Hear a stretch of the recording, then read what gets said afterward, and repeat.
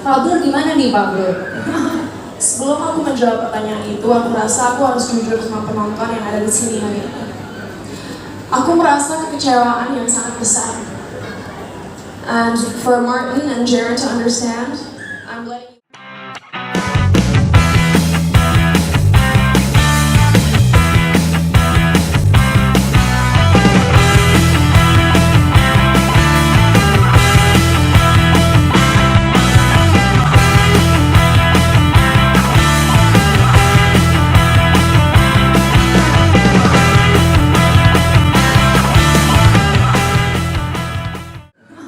Sebelum aku menjawab pertanyaan itu, aku merasa aku harus jujur sama penonton yang ada di sini hari ini.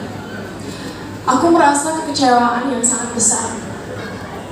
And for Martin and Jared to understand, I'm letting you all know that I feel very disappointed this morning. Aku ingin tahu teman-teman yang ada di sini, teman-teman reporter yang sekarang sedang mengambil gambar dan mendengarkan kita semua. Aku sangat ingin tahu seberapa kalian peduli soal isu kekerasan dan pelecehan ini. Karena jujur aku melihat tadi saat sesi foto udah selesai, banyak teman-teman lari begitu aja. Dan sebenarnya aku mengerti, mungkin ini nggak kedengaran terlalu menarik buat teman-teman di sini karena kedengarannya hanya teori aja. Eksekusinya mana? Tapi gimana kita mau eksekusi? Gimana kita mau melihat perubahan? How do we want to witness a change if people don't care? Kalau kalian nggak peduli. Dan belum pernah aku mau menetes air mata di sebuah press conference, but I'm sad. Karena terlihat dari budaya Indonesia bahwa kita masih melakukan yang namanya victim blaming. Kita menyalahkan korban dan itu salah.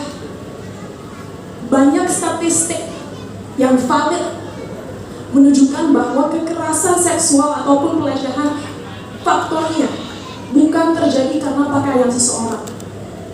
Tidak selalu terjadi di malam hari. It does not occur to you because of what you wear. It does not occur to you at night. It happens during the day as well.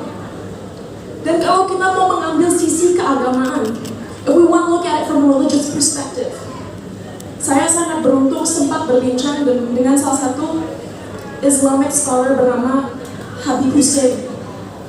Tertulis di berbagai literatur keagamaan.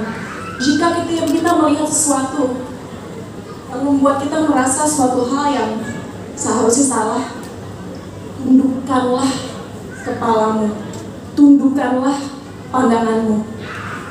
Because we cannot control other people's behaviors. Kita tidak bisa mengontrol perilaku orang lain. Satu-satunya hal yang kita bisa kontrol adalah bagaimana kita berperilaku. Keputusan apa yang kita ambil saat beraksi. Jadi di mana masalahnya? Di kita semua. In each and every one of us. Saya sangat senang tentunya di KRL sekarang ada tempat khusus untuk perempuan. Tapi itu bukan satu-satunya solusi.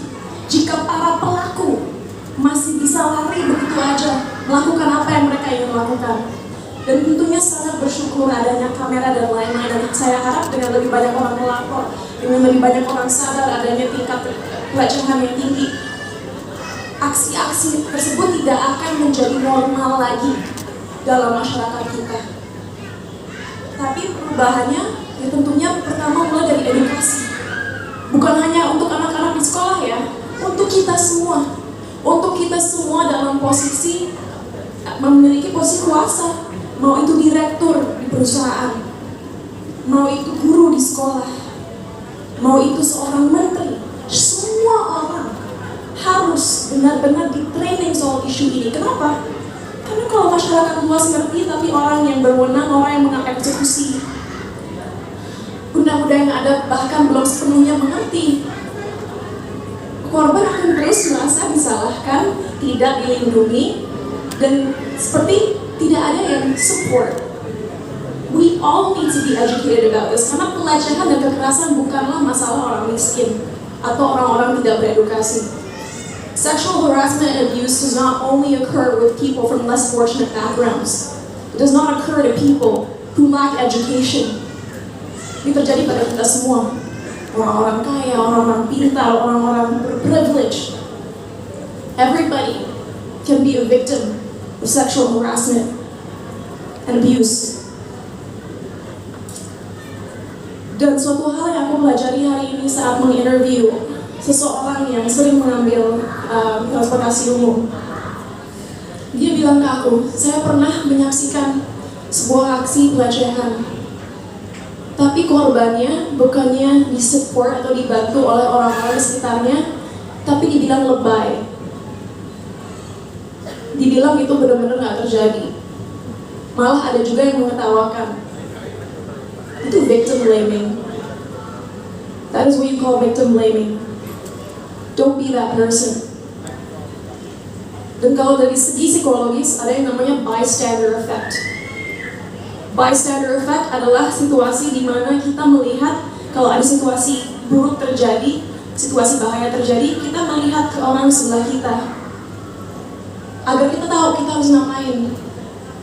Sayangnya di Indonesia, dan aku bukan mau menyalahkan siapa-siapa, kita masih punya budaya di mana kita nggak mau ikut campur. Dan jelas ada situasi-situasi di mana kita jangan ikut campur masalah orang lain. Tapi kalau sudah jelas yang terjadi adalah pelecehan, sesuatu yang salah, jangan diam aja. Jangan tunggu sampai orang lain yang turun tangan. Karena kalau kita mau ambil contoh dari sejarah, tahun 1950-an ada seorang perempuan di Amerika yang dibunuh dan ditusuk-tusuk berpuluh-puluh kali di sebelah apartemennya. Dia teriak-teriak dan 47 orang mendengar dia teriak. Tapi nggak ada yang bantu karena bystander effect. Karena tidak ada yang melakukan dan setiap orang yang mendengar, yang menyaksikan berpikir, oh pasti ada yang bantu. Akhirnya nggak ada yang bantu. Dan perempuan itu mati dibunuh. Oke, mungkin itu adalah contoh yang ekstrim. Tapi aku rasa teman-teman nggak sadar bahwa korban pelecehan dan kekerasan sering mengalami trauma. Trauma itu bisa bermanifestasi sebagai PTSD, Post Traumatic Stress Disorder. Apapun yang mereka lakukan dalam hidup mereka, setiap trigger kecil, setiap situasi yang mungkin agak membuat mereka teringat apa yang terjadi sama mereka di masa lalu, membuat mereka nggak bisa berpikir. Trauma dari pelecehan dan kekerasan biasanya bisa termanifestasi dalam kehidupan sehari-hari mereka. Tidak lagi produktif bekerja, tidak lagi bisa merasakan yang namanya trust terhadap partner atau teman-teman, tidak lagi bisa berfungsi secara normal dalam kesehariannya. Dan kalau kita mau jahat ya, dan melihat manusia seperti komoditas dan bukan seperti manusia, dan kita mau bicara ekonomi, Indonesia nggak akan bisa memenuhi potensinya sebagai negara yang hebat kalau hampir 50% dari penduduknya yaitu perempuan mengalami pelecehan atau kekerasan dan akhirnya memiliki trauma yang membuat mereka tidak bisa berkontribusi terhadap ekonomi negara ini. Jadi, with all due respect, minta maaf sebesar-besarnya, tapi ini adalah fakta yang udah tidak bisa dihiraukan. Udah waktunya kita tidak hanya berbicara konsep dan berbicara, oh kita punya payung hukum. Yes, kita punya payung hukum. UU TPKS, and I'm so grateful. Akhirnya kita punya payung hukum yang at least bisa menjadi sebuah shield yang membantu korban-korban kekerasan dan pelecehan untuk bisa ditangani kasusnya.